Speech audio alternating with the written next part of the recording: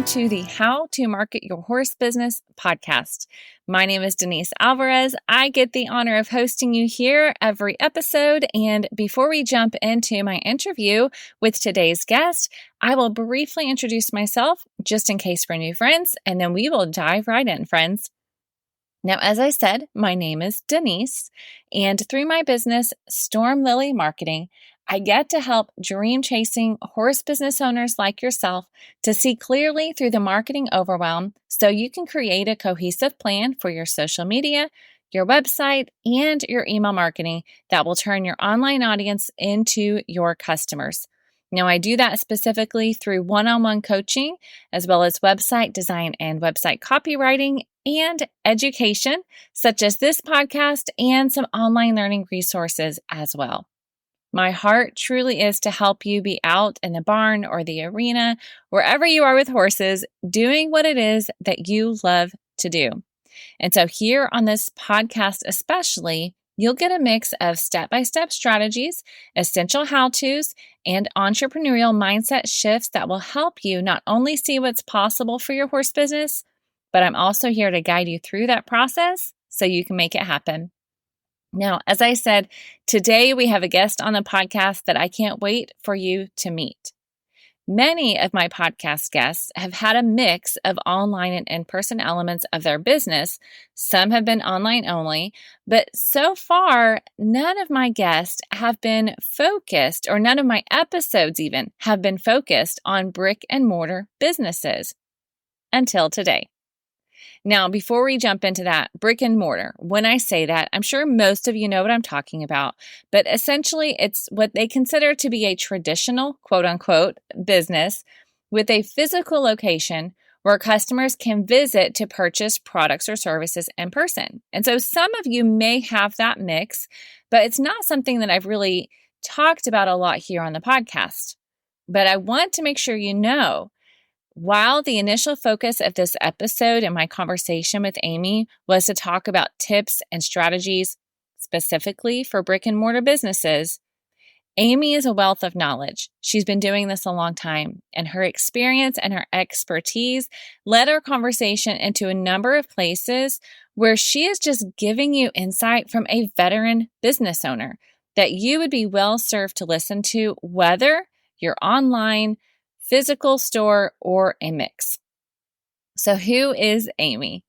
Now, I will let her tell you the founder story of her company, but here's a very brief intro. All right, Amy Bond is the owner of the Painted Cowgirl in Greenwich, Ohio. They are a brick-and-mortar Western apparel company with multiple storefronts, and they have an online store as well.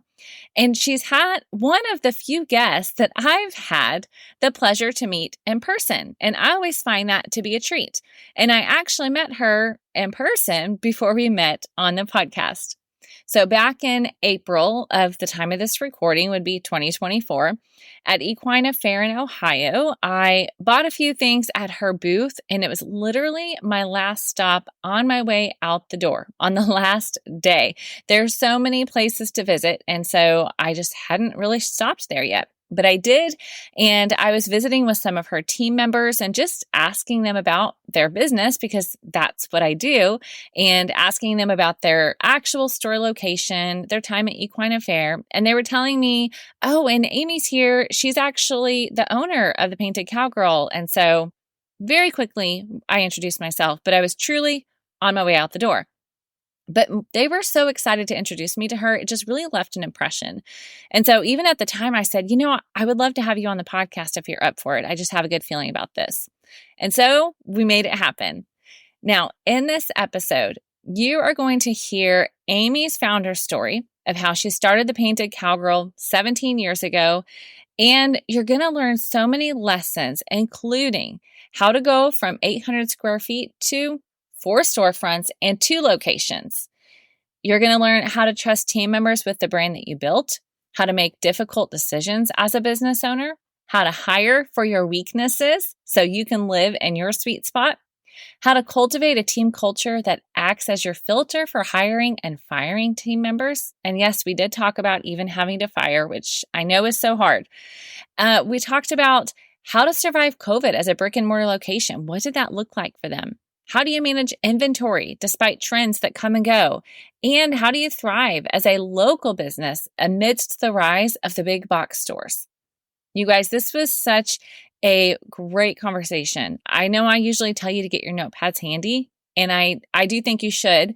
But of course, you can go to the show notes. It's just going to give you the highlights of this conversation. So to really get the goodness out of it, I do want you to make sure that you listen, because there are so many, I don't even want to call them golden nuggets, because they're really high level practices for those of you who are building your business. One of the things I often talk about is long-term sustainable horse businesses. That's what I want to help you create.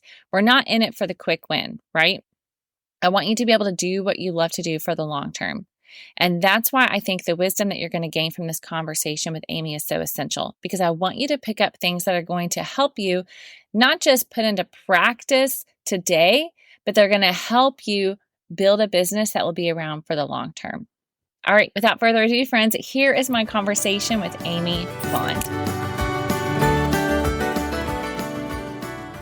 Okay, Amy, thank you again. I'm so grateful for your gift of time today. Thank you for joining me on this podcast episode. Oh, you're so welcome, and thank you for having me. Yeah, absolutely. Well, I'm thrilled because I think I told you this. I've had a number of different equestrian entrepreneurs and business owners on the podcast, but this is the first episode that's really focused on talking to somebody that's built up a brick and mortar business that is not focused solely on online or solely on service based, like you have products you're selling. So I'm really excited for the unique perspective I know that you're going to bring to the podcast. Awesome. I hope we do. All right, so let's dive in then. I would love for people to first hear a bit about your story and your background. I know sometimes that can feel like a big question, but this is just us talking. So share with me how that process came to be. Maybe even I'm sure I saw it on your website, but I don't remember like what year you founded the Painted Cowgirl, and tell us a little bit of the background in your story there. Okay, sure. So I was born and raised on a horse farm. My father has been a paint and quarter horse breeder, trainer, judge, for his whole life. And so I grew up with never less than probably 40 head of horses on that farm. And, I was raised by my dad and my grandparents. My grandparents were also entrepreneurs and owned a slaughterhouse. So I got to know a lot about cattle and livestock and from that perspective. And then raised by my dad with the horses. Learned how to drive a truck and trailer when I was 9 years old, and started bucking horses out when I was about 10. And horses just have always been a huge part of my life. And I actually lost my father in 2006. Mm. And in 2007, I founded Painted Cowgirl Tack, kind of in his honor, just to pay homage to everything that he taught me, everything that I learned from my ancestors and all my family that were entrepreneurs.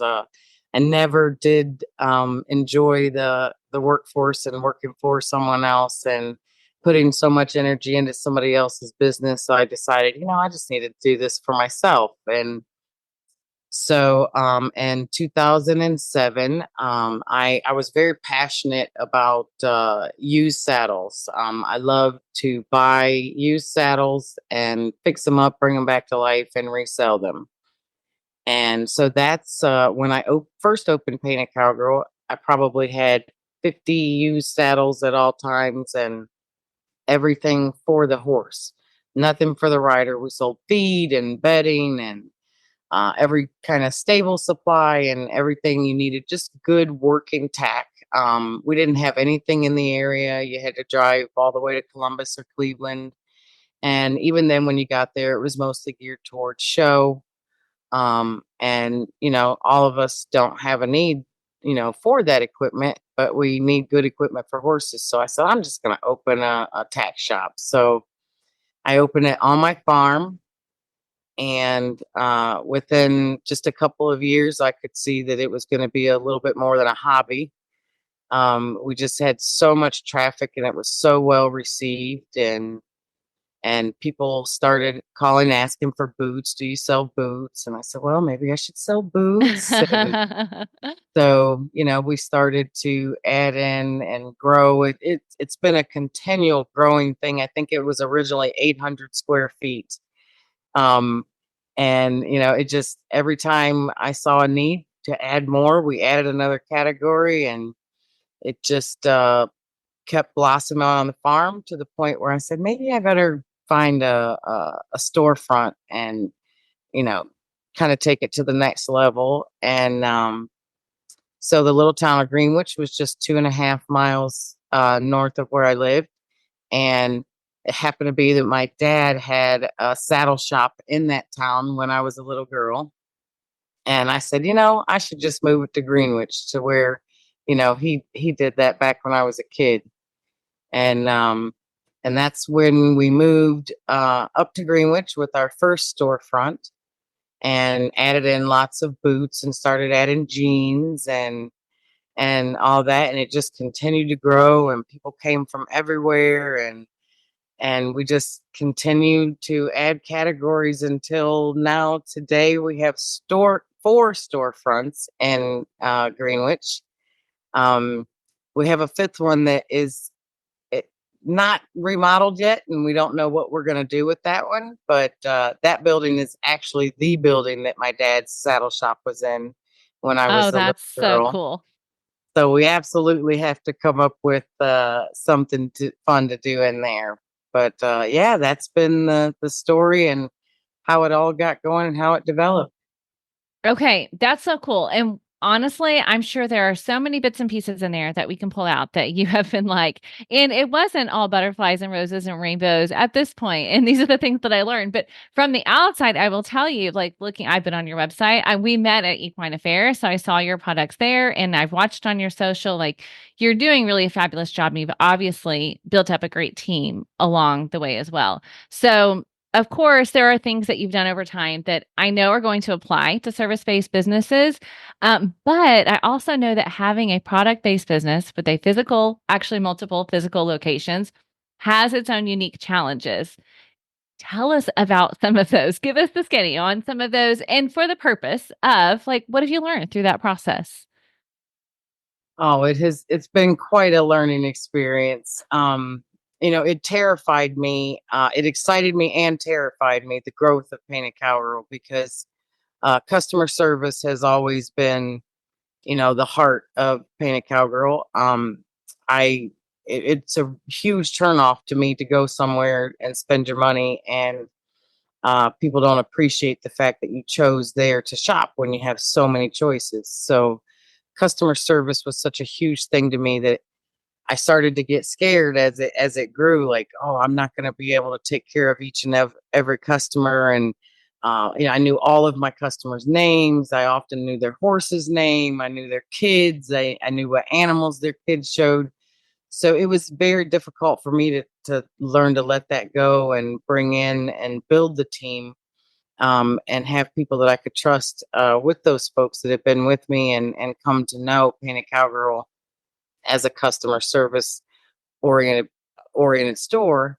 And I would say that has been the most difficult for me, is putting together and keeping, retaining that great team of people. Every time I add a store, I have a need for more employees. Every time, we grow the website, we need more employees, and that has been, it's very difficult in the world in general. And then since COVID, it became even more difficult because, you know, uh, the world just kind of went crazy, and people were paid to stay at home, and wages went crazy at other places, just trying to get people to come to work. And it was very challenging to keep up with the pace of what was happening in the world. And it's mostly women that work at Painted Cowgirl. We have had a guy here and there, but it's mostly women. And when you combine the personalities of, 10 to 20 women, and, try to keep everybody getting along and playing on the same team. I would say that has been the most difficult for me. I have been fortunate to always have some amazing key players that are in, key positions that, to be honest, I couldn't do it without them. I wouldn't want to do it without those people. Um, but once you find those people, you just got to do whatever it takes to keep those people on your team. And then you have to just have the mindset that that there's going to be turnover and people are going to come and go. And for me, I get emotionally attached to my customers or to my customers and my employees. But um, that's been difficult to see people go and move on for different reasons. Maybe for moving to another area, for going back to school, just because they didn't like retail sales. All the different reasons. That's probably, it feels like losing family members over and over and over again. And for me, the challenge has been, how do I put all the information and knowledge that's in my head that I've gained over a lifetime about horses and livestock and the whole lifestyle of the Western culture? How do I continually get that knowledge into the minds of all of my staff as they come and go and learn and grow? And I would say that is most definitely had been the biggest challenge for me. And then like I said, you have big box stores moving in, you have Amazon to compete with, you have boot barns building up all over the place. So small business, it becomes increasingly more and more difficult to be seen and heard in the world as a small business. So I truly believe that customer service is absolutely what you have to do to survive in the retail world that we're in today. That makes perfect sense. Well, and I'm curious, couple super practical questions for you. When you talked about employees, right now you've got your you have four, right? You said four Yeah, four locations. storefronts. Okay, Mhm. so therefore, do you still do the hiring for those at this point, or what does that process look like for you? So I do have a lady who I call my right hand girl. She's been on board almost 3 years now, and she previously owned a business, and she's been in the corporate world and marketing world. She brought a lot of qualities to Painted Cowgirl to help me. And so for the last couple of years, I have brought her in on the hiring process. So her and I interviewed together. And we, of course, try to find people who are already in the lifestyle and familiar with this way of life, and just try to see, do they have that warm personality that just engages with people, and is this someone who's gonna want to take the time to go the extra mile for our customers and make that connection with people to keep them wanting to come back and shop with them. So I lean on Kayla a lot in Mhm. interviewing, because prior to opening Painted Cowgirl, I never interviewed anyone, never trained anyone in a job situation. It just all was very foreign to me. So yeah, we usually will do a couple of interviews, and then whenever we hire someone, it's always on a trial basis, to where if they feel like sales is not for them, or whatever position they're hiring for, that we can just agree to move on, and it wasn't for them. But I don't think that's happened very often. Most people that do hire on, they love it. It's a great atmosphere. We often say it doesn't feel like work. We're all friends and a family, so we kind of hang out for 8 hours a day, and have fun and interact with each other, and do our thing. But yes, that's Kayla's been very helpful in helping us put together the great team that we need.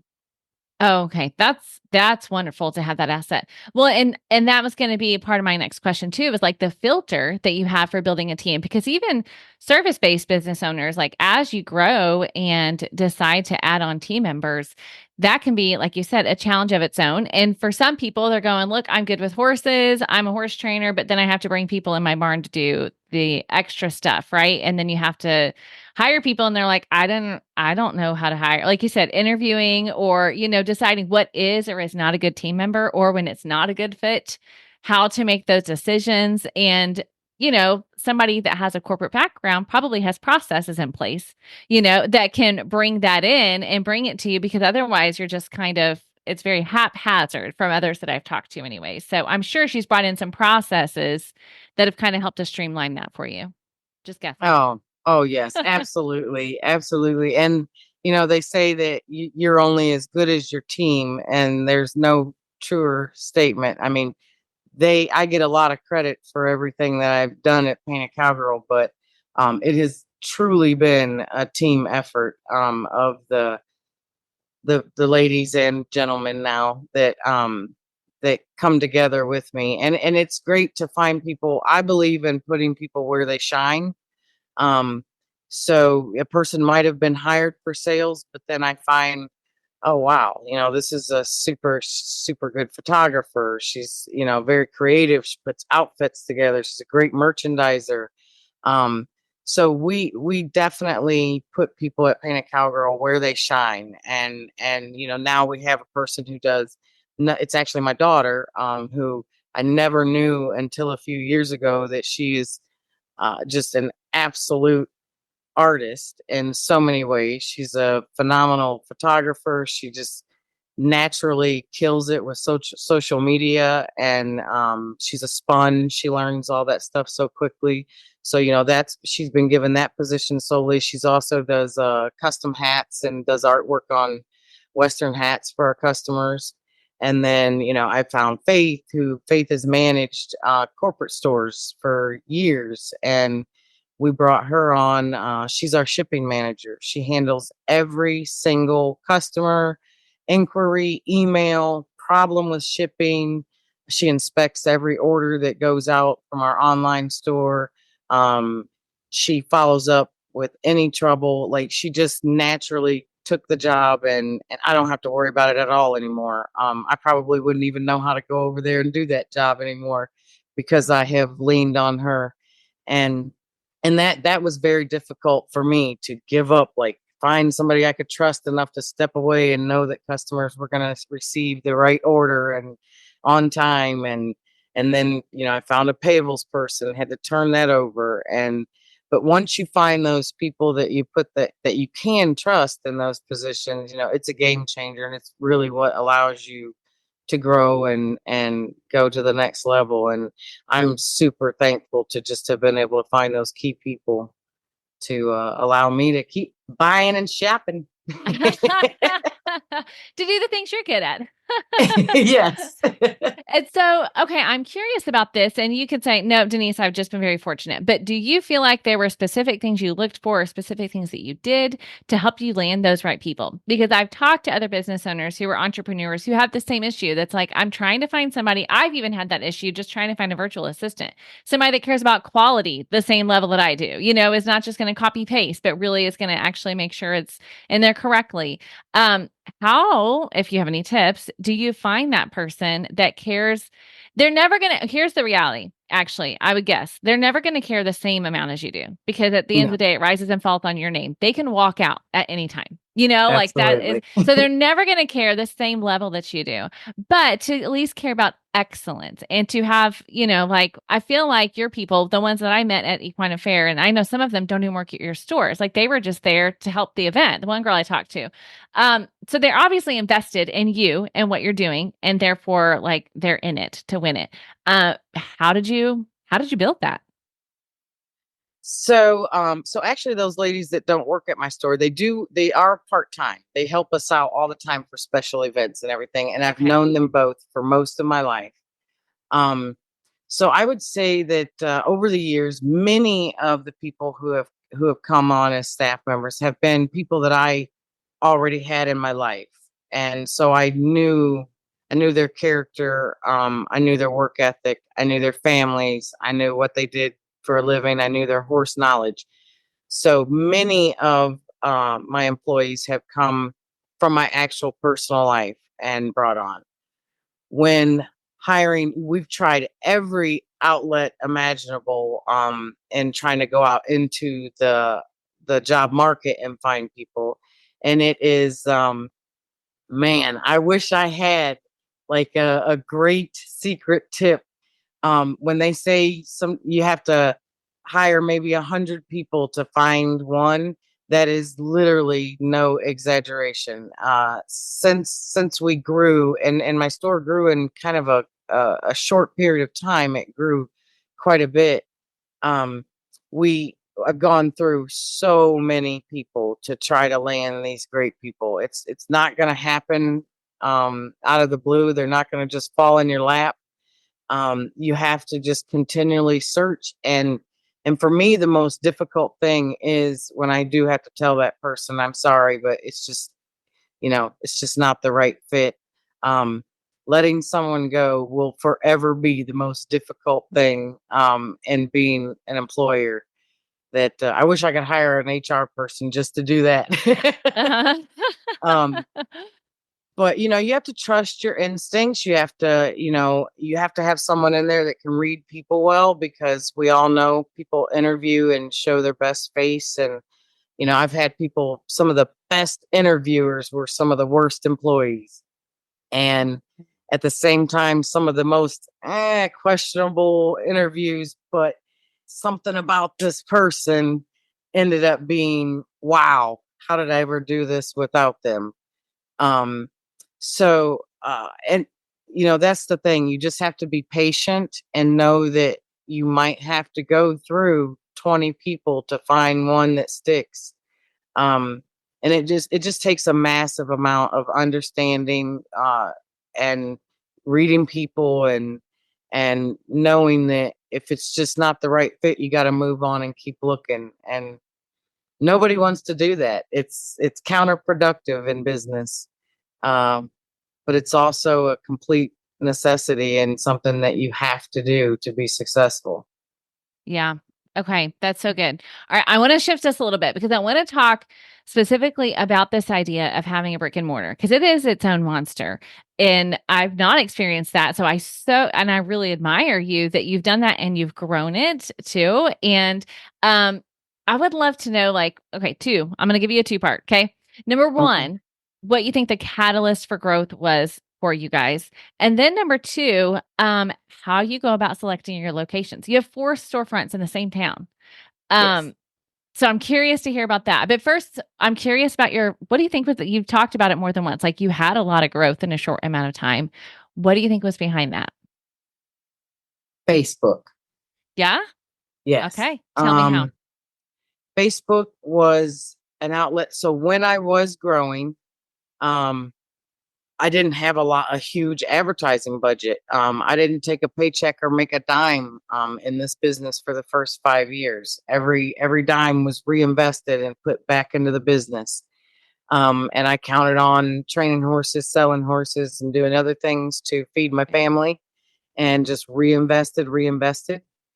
And so I didn't have big advertising dollars. I didn't have a advertising budget to speak of. At that time, our balance sheet did not allow for banks to give us a big old loan and say, here you go. Um, so Facebook was huge because it was free. Um, Everybody was tapping into Facebook in that era. It was kind of new and just growing, and everybody was tapping into it, and you could visually get people's attention. Um, and it just was huge. We could dial into our specific, instead of doing radio ads where you're paying to advertise to everyone. Um, on Facebook, we could dial in and advertise to the people who would be interested in our product. And we could have that connection. I could talk to people on Facebook Live, and people could see that we're here in this little bitty town. um, and there's still a large amount of people that want to support small business and stay in within their community and spend their dollars, thankfully. um, so Facebook was just huge in that way. And the other thing that I did, I sold used saddles on eBay. and eBay was huge back then. It was still a very big thing. And I said, eBay has a huge marketing budget. So I created an eBay store and we shipped a lot of things all over the world. Australia, Canada, England, Japan, everywhere. It was so fun seeing where people were shopping from. And then I would just put a little card in the package and say, next time come shop with us, at our direct website, paintedcowgirlwesternstore.com. So in a sense, I said, I'm going to tap into all of these people that eBay puts me in touch with and bring them to me directly that way. And I've made friends that I still have 12, 15, 17, 20 years later through that eBay store that are still Painted Cowgirl customers. So I honestly have to say eBay and Facebook. Okay, that's so interesting. But also, I mean, I'll just give the kudos to you. Like you were creative with how you did it. Like that was very Thank you. intentional to put those cards in there and to get a website. Like I've talked on the podcast multiple times. Some people still don't believe in websites. But you obviously were like early on, we're going to be online. We're not just going to be, we're a brick and mortar, but we're also going to do online. Was that something that you did do early on? I'm trying to picture about what that time frame might have been. Yes. So we had the eBay store from 2007 and all the way up to, I want to say 2016, 2017.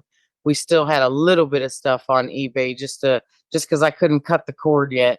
But then when Shopify came along, Shopify was a web platform that came along. And so I am not technologically gifted in any way, shape, or form. But when I saw this Shopify platform, I was like, I think I could actually do this. Like I can work in this site. Like it's user friendly and we can make this happen. So at the time, I had an artistic little cousin that was staying with my family at the time. And he was a great photographer and very gifted technologically. And he spent 6 months uploading product and information on the website for us. And I want to say that was in 2015, I think we had our full Painted Cowgirl Western Store website launched and going very well and smoothly at that point. And and I did have even though I'm not into technology, I know that I had to, choke it down and learn it. And if I wanted to do this thing that, you can't, I've seen stores that just refuse to change and wanted to do things the old way. In today's world, you have to be more flexible than that to stay in the game. So I flexed as much as I Look at you possibly did. could. And it served you well. It served you well. Okay, so tell me then back to the second part of my question would be locations. I'm so curious, and I know my listeners are, like I said, some are service based, some are not, some are products, some are a mix. So I think this question will serve many of them as well as they make decisions about their business. How have you made decisions about when to open a second location, a third location, a fourth location, and then where that would be? So, as I told you before, the original store, I decided to go to Greenwich because my dad's store was up there and it was only just a short distance from home. And 224, US Route 224 runs right through Main Street.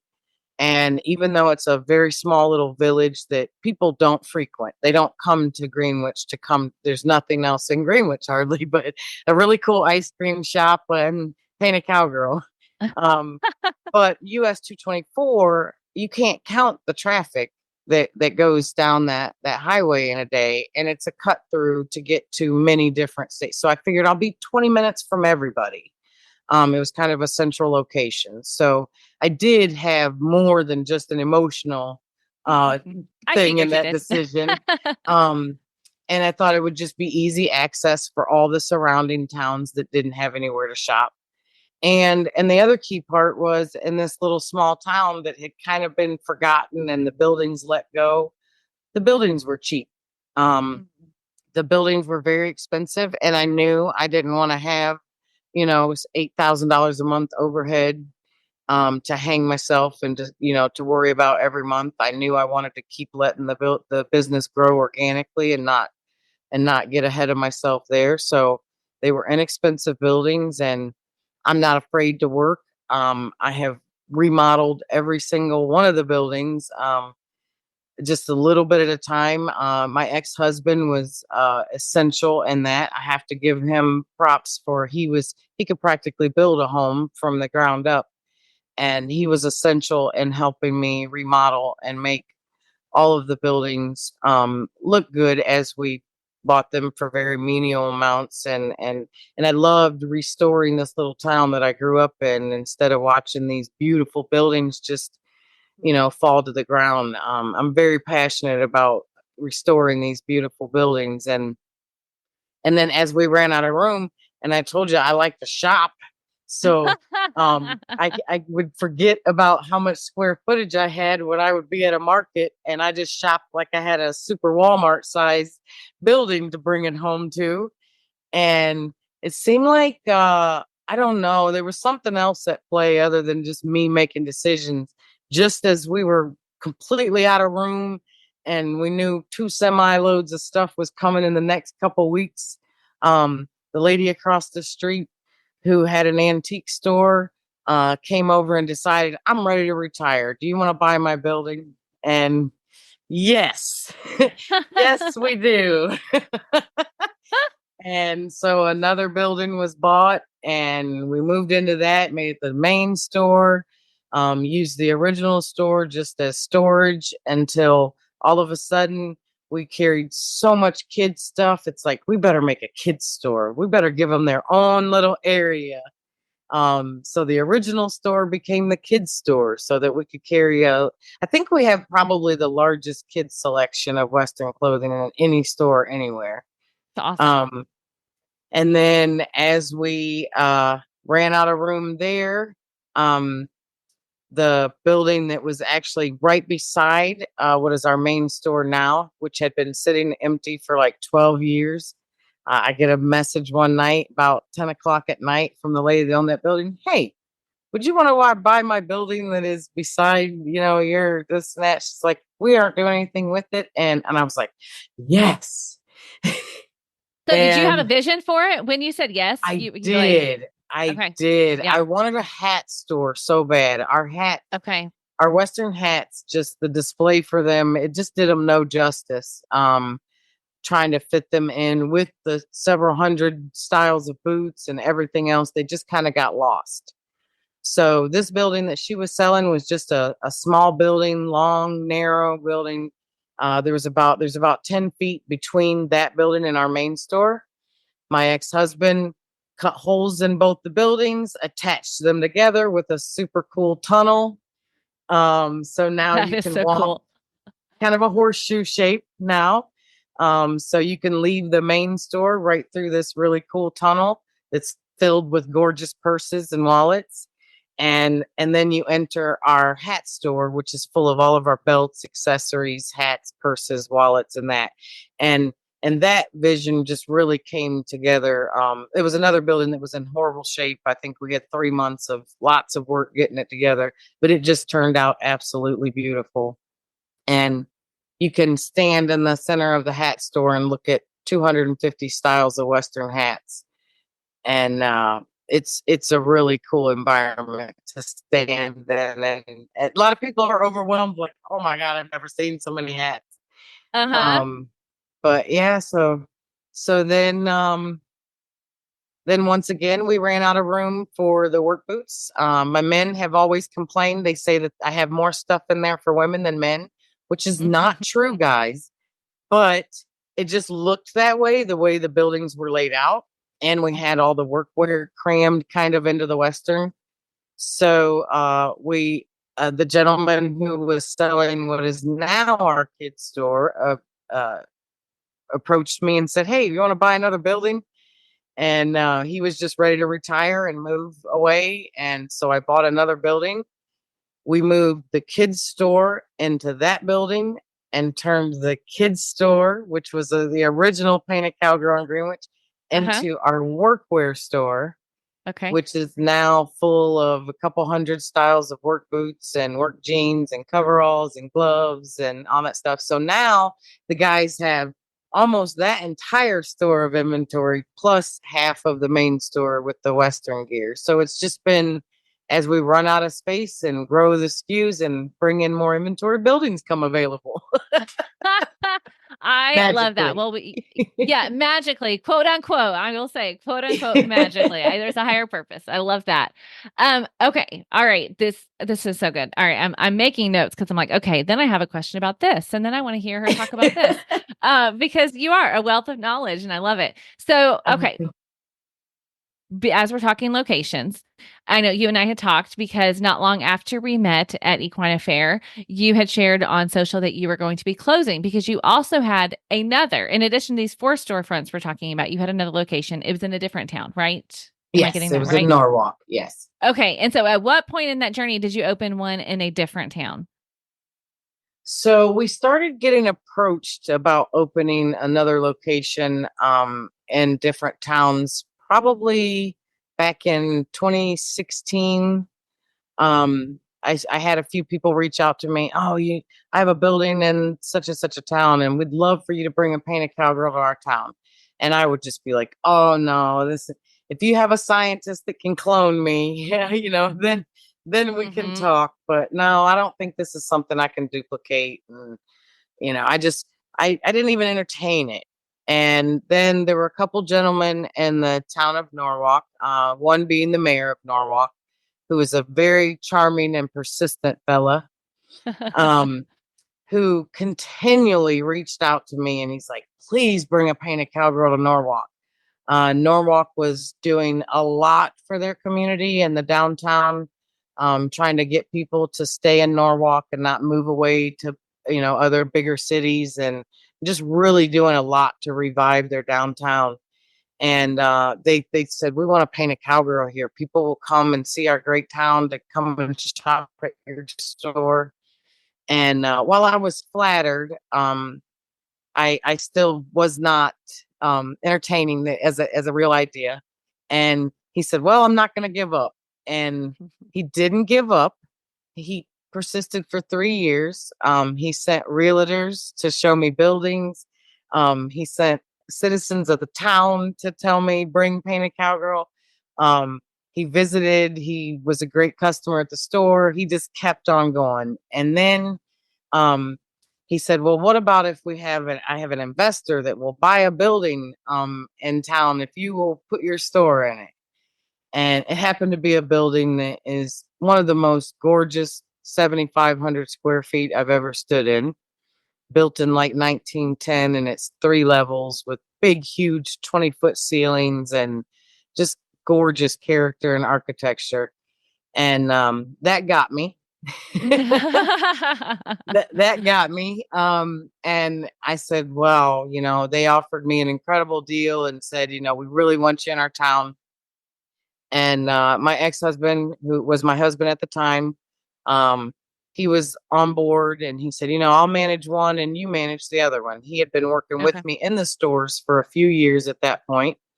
And I said, well, if you promise that, you'll take that one on and I can focus on this one, like, yeah, let's do it. And Mm-hmm. so I caved and we opened it, and it was absolutely the most beautiful store. I know I'm biased, but I have never been in a retail space that was just more gorgeous and beautifully laid out.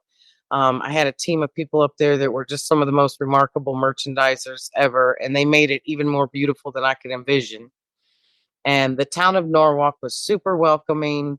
It was very exciting to see how much people enjoyed having a Painted Cowgirl there, and it did very well from the time it opened. It did very well. It was overwhelming to try to manage the inventory of 2 stores to one. Couple times I thought, oh, I bit off more than I can chew.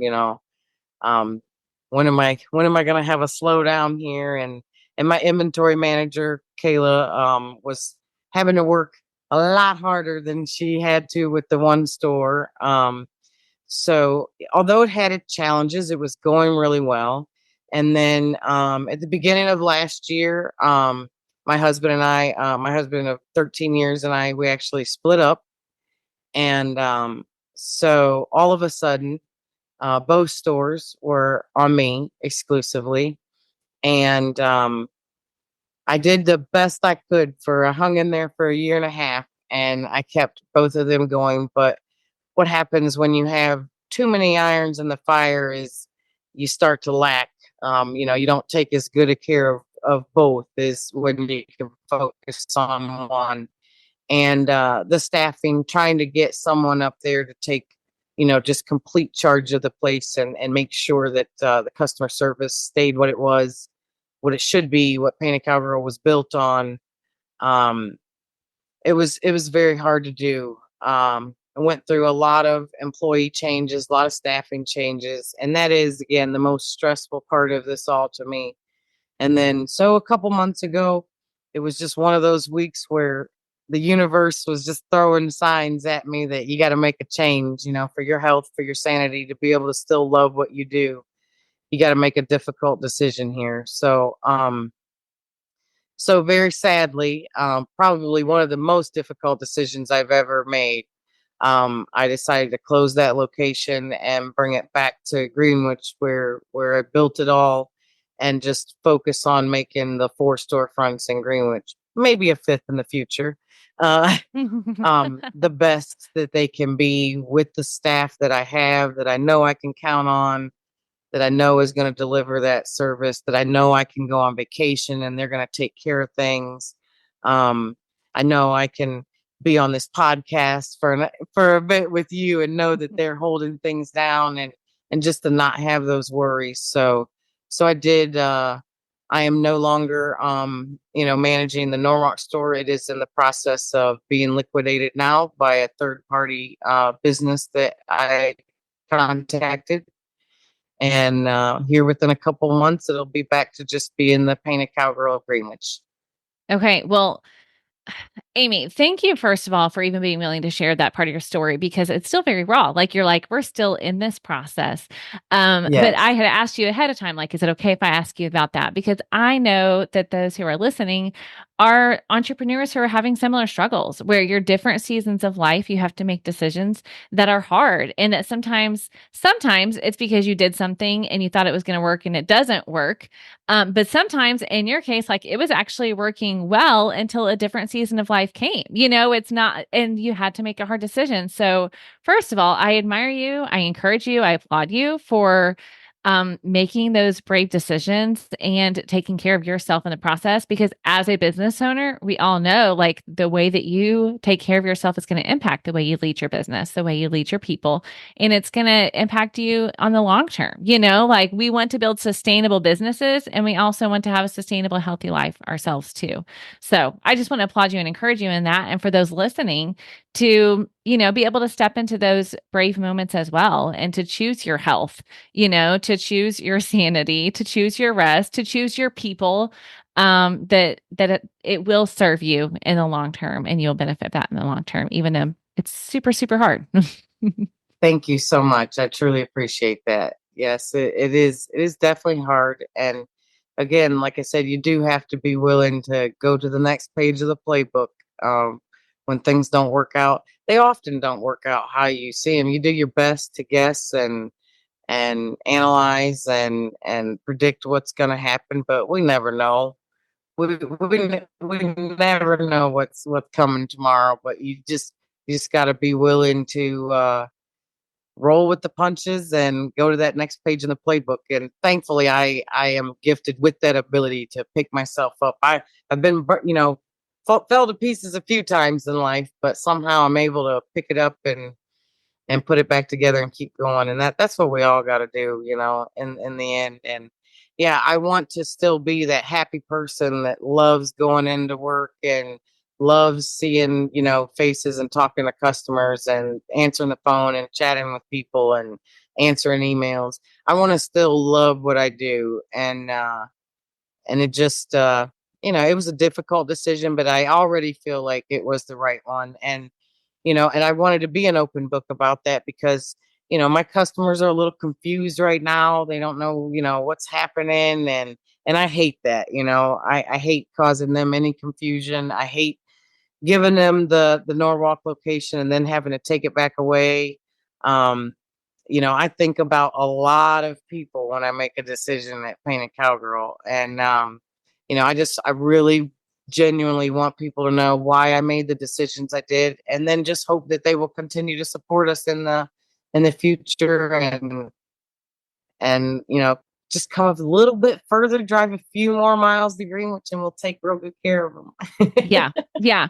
Well, and I mean, it's such a beautiful example of you've built a community over time. Like I saw the post on social media when you announced that you were going to close that. And I saw the comments that people were giving and the support that you were getting because they know and they love you and you've built that community. So you've done that intentionally. Yeah. Okay, I'm going to Thank take a you. hard Thank right. You're welcome. All right, because the other thing that I think people need and want to hear about that I don't talk about on this podcast because it is not my expertise is this idea of managing inventory. But I know that I have saddle makers that listen to Sure.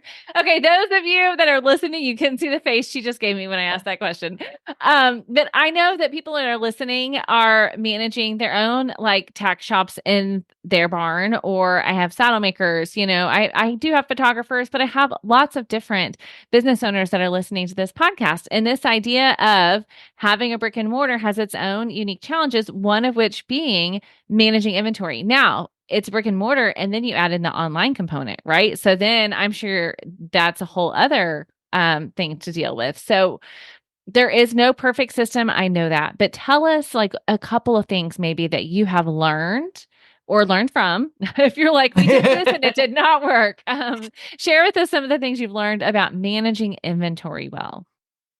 Wow. Inventory is, I think, everybody's nemesis when it comes to a brick and mortar store.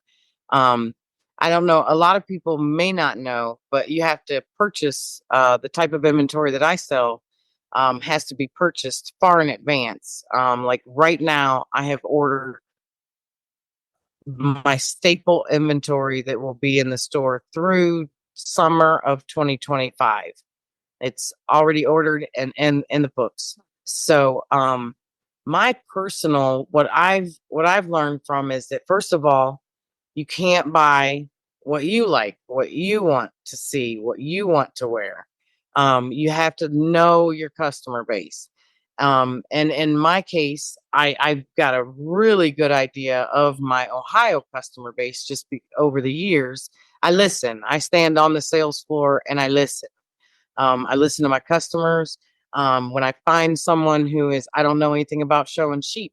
So when one of my customers is there and they show sheep at a national level, I listen to them. I pick their brains. What are you guys showing? What do you want to wear? What type of jeans? So I listen to my customers. I poll them. I learn from them. And then when it comes to online, I spend a lot of time researching different geography areas of what are they wearing in Texas. The fashion's usually set off in Texas, and then the rest of the world kind of absorbs it over time. Some stuff doesn't tend to leave Texas. Some of it just stays in Texas, and they're the only ones that can pull it off. But I spend a lot of time at markets, looking at what's happening next year. What are they saying is going to trend next year? I study it. I spend a lot of time studying inventory and what do I want to buy for the 2025 season? What didn't do well in 2023, so I knew what to buy in 2024. We have again, Shopify has a pretty good inventory system, and then apps, even though again me and technology don't go well together, all these brilliant computer minds have created all of these applications. And we found, finally, after trial and error, we found a really good inventory management app that speaks to Shopify, that gives us a lot of reporting and a lot of insight as to, because it used to be I sold everything to everybody. I stood at the cash register and checked everybody out. I did the shipping. So I knew what was selling, what was sitting on the shelf and not selling. I knew what was the most popular size. And Now that I am completely out of touch with that, I have to rely on these reports. And fortunately, that's where technology is very, very helpful. You could pull up those reports and see, oh, wow, I only sold one pair of this boot in 6 months. We're not going to fill that guy in. But this boot sold out in the first 30 days that it was here. So not only do I look at that fill-in report, I make myself mental notes. When I go to market next year, remember that was a super popular color, or everybody loved this about that boot. Um, and then I'm also a store who I take a risk in ordering all the sizes. You hear people say all the time, nobody ever carries my size. I'm a women's size 11. Or a guy will come in, I know you don't have anything for me. I wear 3X. So I can't stand to hear that. So I carry everything from extra small to 5XL, the boots and ladies from 5 to 12, and men's from 7 to 15, wide, medium. I take the risk of maybe having, a little bit of excess inventory at the end of the game. I end up with some 14s left over and some size, 3XL shirts. But the look on a man's face when he comes in and says, I know you don't have anything for me. I'm a 4XL. And I was like, oh, follow me, and he can go and choose from 25 different Western shirts. And they're like, wow, I've never walked into a store and had options like that. So I personally am willing to take that risk, take on a little bit of extra inventory weight so that I can cater to everybody. And I think that's key. I think people try to stick too much to what's just going to be the most popular sizes, and we're going to focus on that so it'll turn over. You got to kind of cater to everybody. And same with the kids selection. Most people have a little tiny kids section, in their store, because kids doesn't sell rapidly all year long, like adults. But during fair season, during Christmas season, during season change, back to school, we have kids that come 3 hours to shop at Painted Cowgirl because they can go into a whole store and choose whatever they like, whatever their style is, instead of saying, well, there's 3 options. Which one do I want? Mhm. So I think it's just about knowing your customer base, studying. You got to read numbers. I look at reports until my eyes bleed, every week, every month. And you just got to be diligent and stay in the stock rooms and see what's sitting there not moving, and make mental notes and see what's going out the door. And in my industry, the sales reps, you got to lean on them, and they have all types of reporting that they can offer you. But they aren't going to do it just out of the kindness of their heart. You got to ask for it, but it gives you so much insight. So you just got to lean on all of the resources that are out there for you to know what's happening with your inventory, because inventory is the thing that I think can make you go broke and go belly up quicker than anything else. Right. Yeah. That's the golden question. Like, how do you know how much to order? You have a crystal ball. Right. Yes, exactly. That was the key to your success, Amy, this whole time that you were holding out on us. It was the crystal ball. Yes, crystal ball.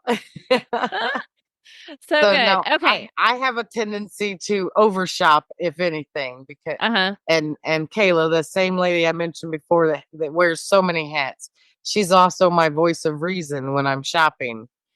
Yeah. And she can tell me when I can get overexcited. I love this apparel, and I love the purses and everything so much. And when I go to these markets, and I'm like, I love it all. I want one of those, one of those, one of those, one of Uh-huh. those. She's my voice of reason that is like, no, you get to pick 6. So you have That's to have awesome. somebody that you're a little bit afraid of to control your buying habits. There you go. That's awesome. So good. I appreciate you leaning into that, because I know that is something that, and so honestly, here's what I'm hearing. I'm hearing you need to know your customers, and you need to know yourself well enough. And then after that, it's really just knowing your numbers and paying close attention so you can adjust as needed. Would that be a good Constantly summary? adjusting, Yeah. constantly adjusting, constantly learning new everything. I mean, a country music singer can come out with a hit record or do a concert wearing something, and then everything can change. You know, Lainey Wilson is a perfect example. I carried flares and trousers and, you know, bell bottoms is what they used to be Uh-huh. called.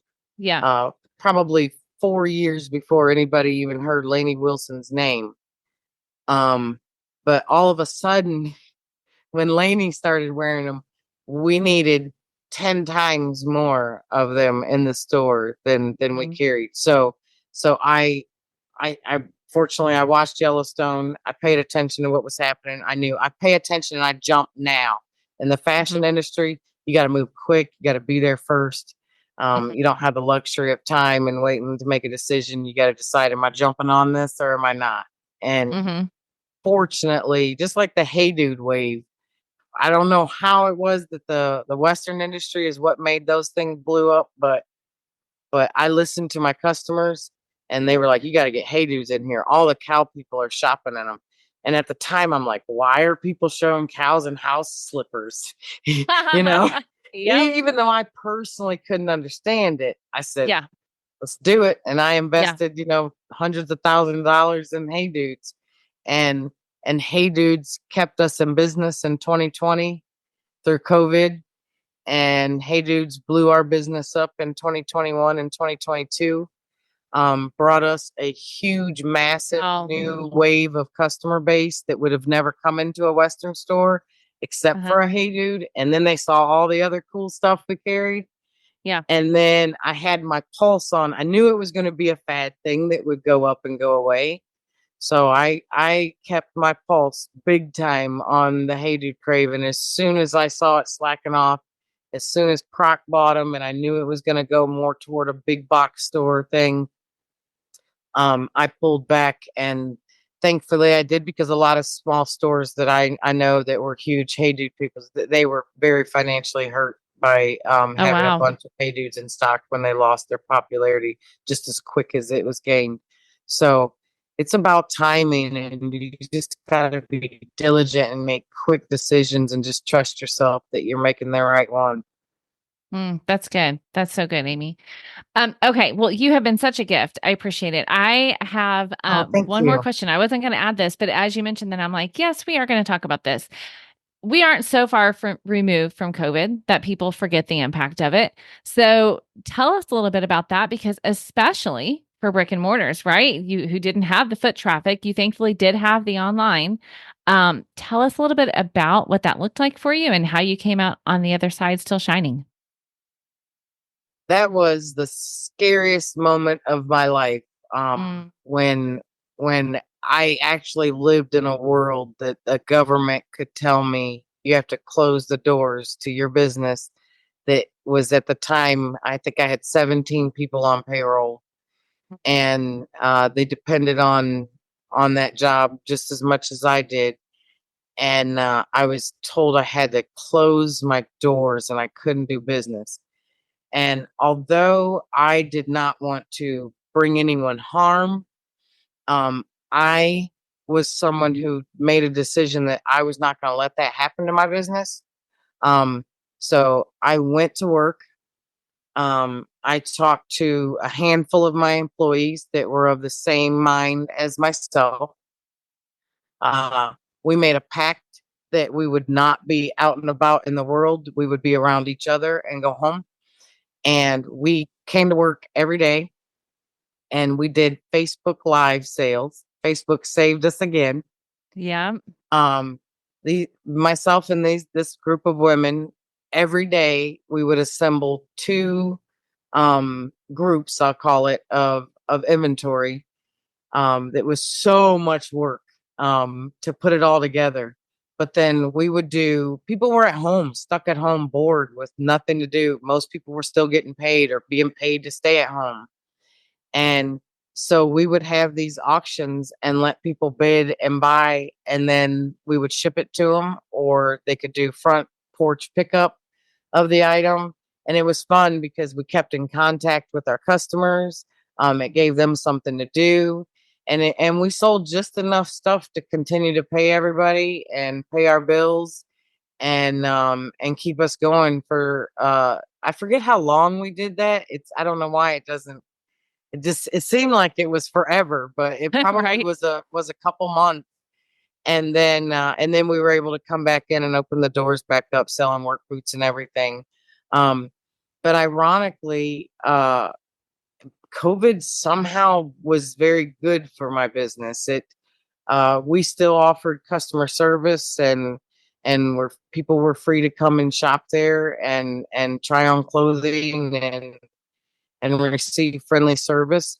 And people came from other states and everywhere around to shop there because Wow. it kind of felt normal once you came inside the doors of our store. and Hmm. and the online support was just huge. We were super touched by our online supporters.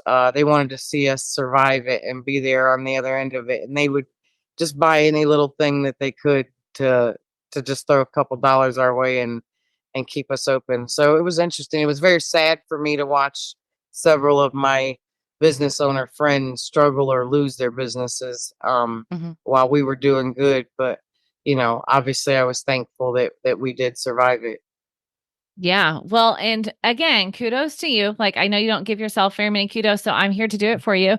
The creativity in that and the heart behind it, like that kept you guys going forward. And I'm sure that your employees were 1,000% grateful for that opportunity and for the way you provided for them and took care of them. Because that's the thing, as you grow and you become a leader, then you take them on your back and you're like, okay, I'm going to carry you guys through it, right? They trust you and you followed through. So yeah, well done, Amy. Well done, really. Thank you. Thank you so much.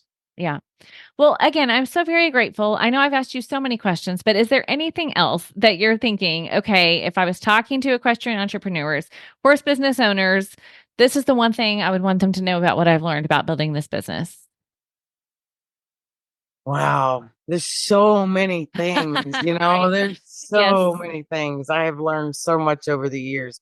Yep. But you know, everybody is not meant to be in business for themselves. I now that I've done it and I've done it for so many years, I understand why so many small businesses fail, because it's just remarkable the small percentage that do thrive and make it to this point. Um, and I will tell you, there was 4 times throughout these 17 years that I was done. I declared to my family, I told myself I can't do this anymore. This is too much work. This is too much stress for too little reward. Now, I haven't done that in many years. So it was back in the first, I would say, probably 7 or 8 years, probably 4 different times I was ready to throw in the towel. And, but my personality and who I am, I just can't quit a thing that I set out and said I was going to do. So I would just say, to if you decide that you want to be in business for yourself, um you need to know up front that it's probably going to be the most difficult, most stressful, most time consuming thing that you will ever take on. And just have a realistic idea of what that means, and then just do it, because you can. Like, if you have the idea and you have the work ethic and you have all of that, you just can't give up on yourself when those days that you're just like, you just have to do something. Like, I myself, for many years, I gave Sundays as my day to go trail riding. And Mm. riding my horse through the woods for 5 hours a day was the medicine that I needed to go back in there again Monday and do it again another week. So, and now I travel. I take as much time off as I can, and I go see new places and see other businesses and talk to other entrepreneurs and just keep myself fresh and fresh ideas and make it fun. You always have to. I will work harder than anybody, But now I'm learning that I got to play hard too and give myself back a little bit and just keep going. It's about showing up every day. And that's really all it takes to show up for yourself every single day. Yeah. Oh, that's so good. Thank you. Yep. I know everybody's listening going, I'm going to rewind, play that again. So everybody that's listening, hit back, play it again, remind yourself of these things. So good. Okay. I'm so grateful. Again, I couldn't tell you enough, but tell everybody that's listening where they can find you. So those who want to go shop or just go check out what she's doing on social or on her website, how can they find you? Okay. Our website is paintedcowgirlwesternstore.com. And for the fellas that might be listening, it is not a store just for cowgirls. It is a store that was just founded by a cowgirl. So that's what's in the name. We have just as many stuff for the guys as we do the ladies. So paintedcowgirlwesternstore.com. And then we can be found on Facebook just under Painted Cowgirl Western Store. And also on Instagram under Painted Cowgirl Western Store. Beautiful. And of course, listeners, I will have the links to that in the show notes for you. But if you're pulling out your phone right now, that's where you can go find her. And if you do, please send her a note on social and say thank you. We really appreciate your gift here of time and sharing your experience and the things that you have learned. I think that that is one of the best ways that we can learn is through listening to others who have gone before us. So thank you so much. Awesome. Thank you, Denise. Friends, wasn't that so good? I hope that you appreciate Amy's gift of time as much as me. And if you do, then I would encourage you to go find the Painted Cowgirl on social media, share this podcast episode, and tag the Painted Cowgirl and let them know how much we appreciate Amy and her time here and her sharing her expertise and her experience. Now, I also have a couple other things I want to encourage you to do because I talked earlier about being at Equine Affair. And so I have another podcast episode that was actually built from my time there. It's called 6 Marketing Lessons from My First Equine Affair. And if you head to episode 133, so if you just go to stormlily.com/133, you will get there and you can listen and learn from my marketing lessons that I learned at Equine Affair. And then if you're going to be at Equine Affair in Massachusetts, I'm so excited because I've been invited to present on marketing at that event. So if you're going to be there in November, then mark your calendars, look me up. We've got to connect and make sure you come to my session. I will share more about that, of course, with my email list. So make sure you're on there or follow me on social. I'll keep you updated. Now, one more thing, because we talked about this idea of a long-term sustainable horse business. And my hope for you is that is one of your goals.